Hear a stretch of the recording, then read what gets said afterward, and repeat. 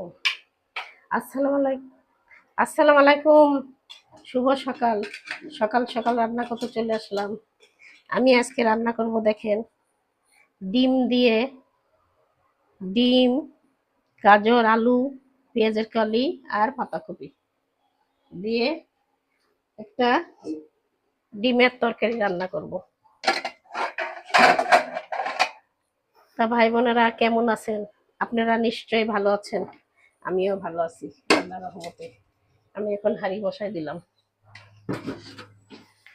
আমার ডিমগুলো সিদ্ধ সিদ্ধ দিলাম, সিদ্ধ হয়ে গেছে ডিমগুলো। আমার ডিমগুলো সিদ্ধ হয়ে গেছে, আমি এখন তরকারি চড়াচ্ছি।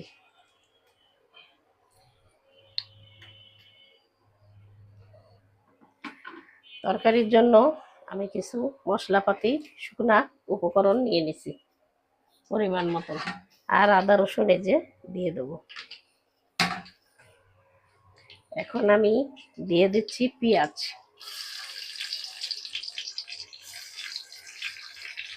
আমি টমেটো দেবো তরকারিতে, টমেটো কেটে রাখছি।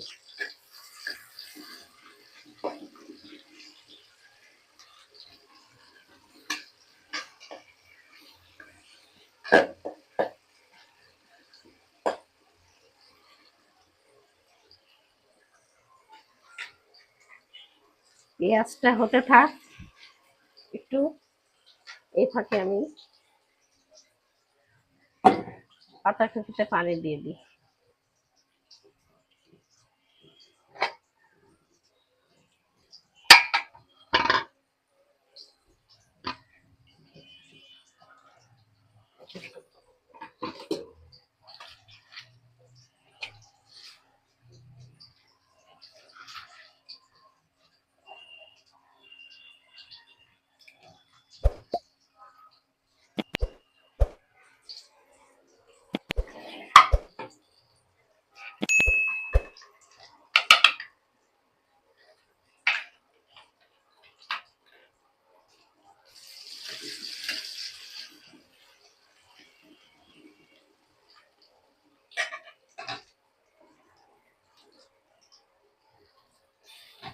আমি দিয়ে দিলাম এখন আদা রসুন বাটা, দিয়ে দিচ্ছি শুকনা মরিচের গুঁড়া, শুকনা মরিচ, হলুদ গুঁড়া টুড়া সব দিয়ে দিলাম, জিরার গুঁড়া, লবণ সব দিয়ে দিলাম।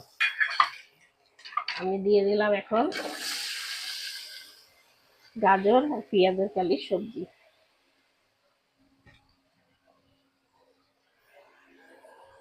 আমি এখন দিয়ে দিই টমেটো।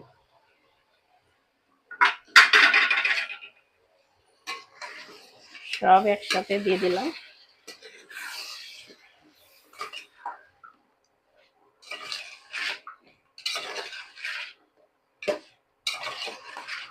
আমার রান্না ফুকুঝুকু রান্না, কিন্তু খেতে স্বাদ হয়। অনেকক্ষণ ধরে আমি কষানো ভাল লাগে না।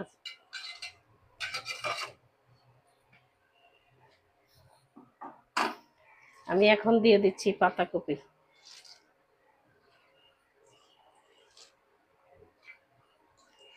আমার আর একটু পাতাকপি আছে, একটু আগে দিলাম যাতে একটু গলে কমে যায় হাঁড়িতে, নাহলে সব ধরবে না।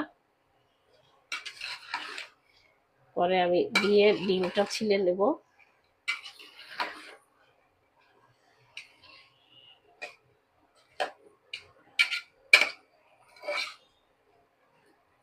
কালকে কলিজি আর মাংস রান্না করছিলাম, দেখছিলেন তো, ওইটার তরকারি একটু আছে, এই জন্য ভাবলাম আজকে একটু ডিম রান্না করি। এখন আমি কিছুক্ষণের জন্য ঢাকা দিয়ে দিই, একটু কমে যাক। আমার তরকারিটা হয়ে গেছে। এই যে আমি ডিমগুলো দিয়ে দিছি। ভাই বোনেরা, আপনারা এইভাবে রান্না করে খেয়ে দেখবেন, আশা করি ভালো লাগবে, খারাপ লাগে না। তা এই যে আমার ডিম,